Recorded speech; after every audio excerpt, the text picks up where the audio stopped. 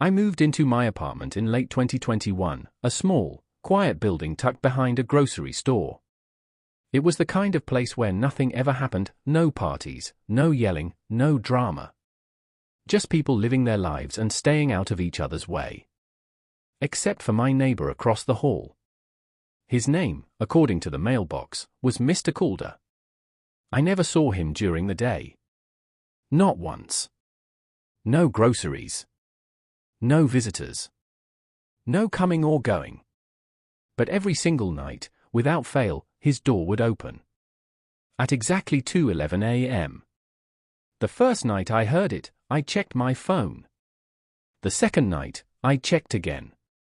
By the fifth night, I wasn't checking anymore. My body already knew the time. The sound was always the same. A slow creak, followed by silence. No footsteps. No door closing. Just open. I finally worked up the courage to look through my peephole one night. The hallway was dimly lit, but I could clearly see his door, wide open. Darkness inside. No movement. I waited. Minutes passed. Then I noticed something that made my skin crawl.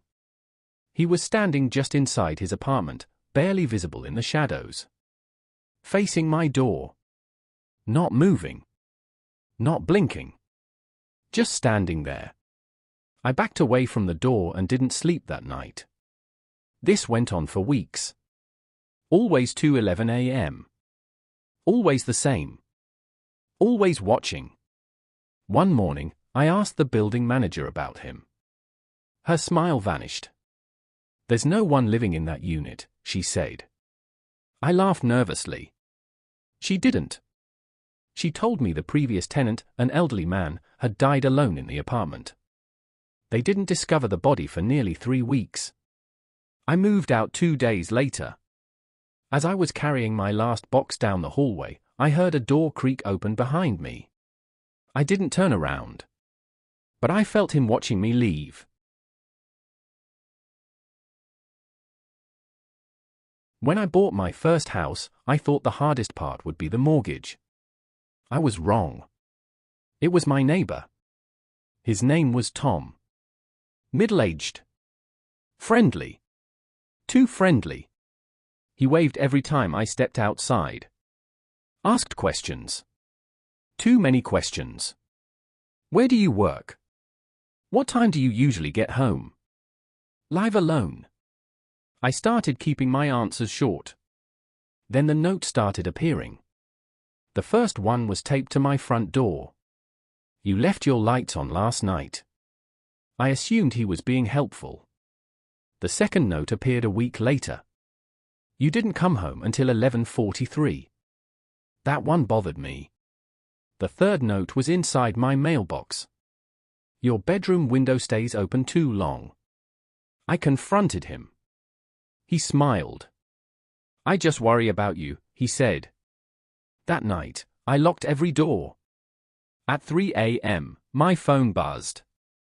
Unknown number. "You forgot to lock the back window."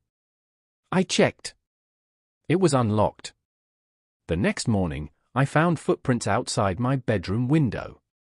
Bare feet. I called the police. They searched his house. They found dozens of notebooks. Each one filled with handwritten logs. Dates. Times. My routines. Photos printed and labeled. One officer pulled me aside and said quietly, "He's been watching you for years. Even before you moved in." Tom was arrested. But before they took him away, he looked at me and said calmly, "You changed your schedule. That wasn't fair." I moved out within the month. Sometimes, I still check my phone at night. Just to make sure no new messages appear.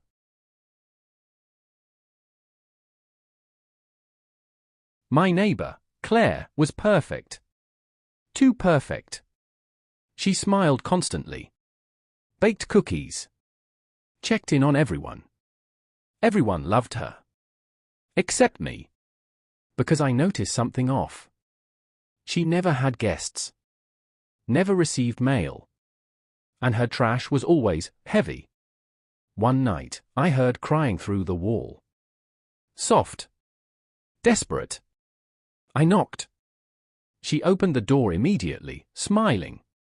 "No one's crying," she said. But I could hear it behind her. She stepped aside slightly, blocking my view. "I think you should go," she whispered. The crying stopped. The next day, police cars filled the street. They carried out bags. So many bags. Claire wasn't her real name. She had been squatting in the house for over a year, using a fake identity. In the basement, they found a locked room. And inside it, evidence of multiple missing persons. I later learned she had chosen that neighborhood because people trust friendly neighbors. I still live there. Her house is empty now. But sometimes, late at night, I swear I smell fresh-baked cookies drifting through the walls.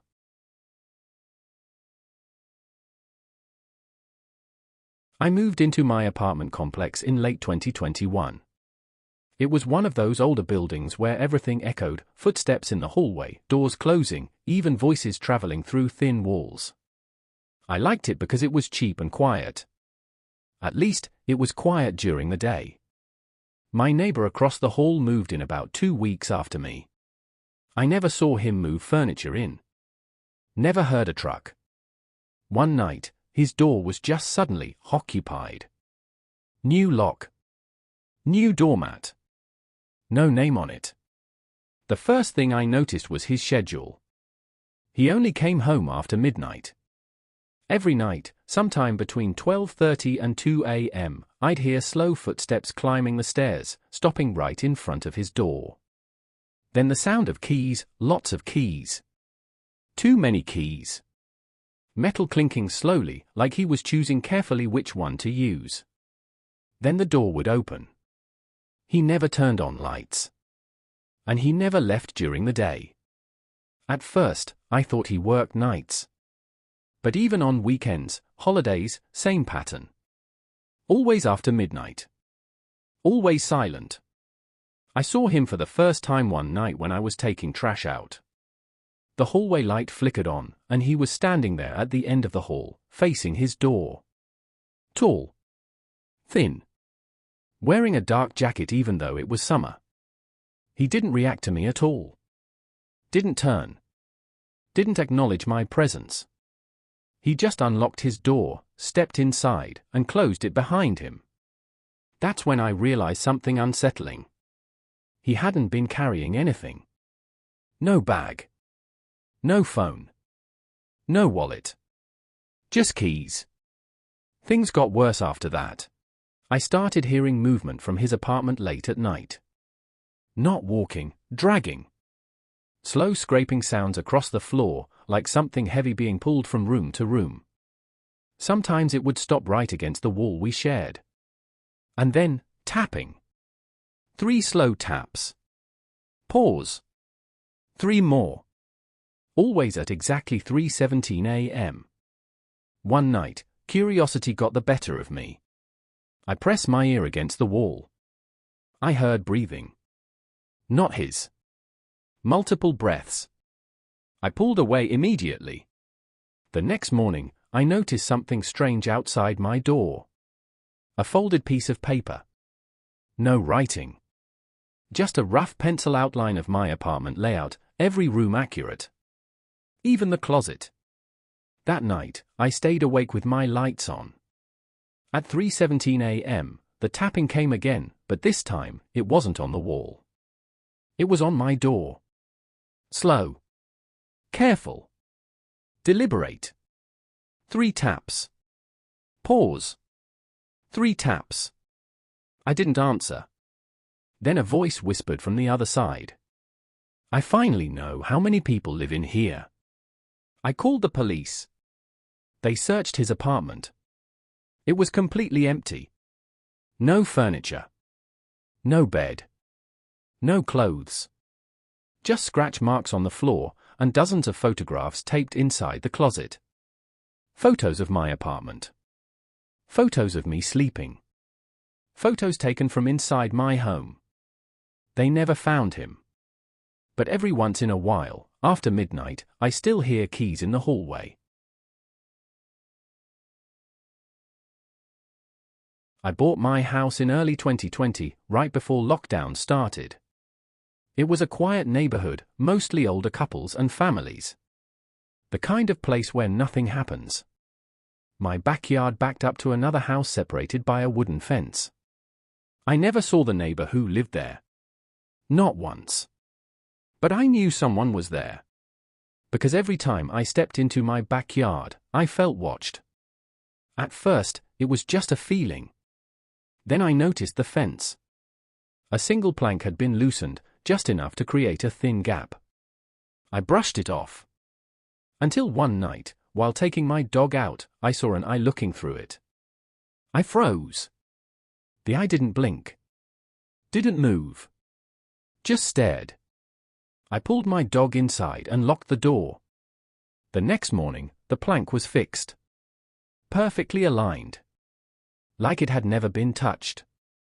Over the next few weeks, strange things happened. My trash bins were moved. Footprints appeared in the dirt near the fence. My backyard lights turned off on their own. I finally decided to confront the neighbor. I knocked on their front door. No answer. But I heard movement inside. Slow footsteps approaching the door. Then stopping. Right on the other side. A voice spoke quietly through the door. "You shouldn't be here." My stomach dropped.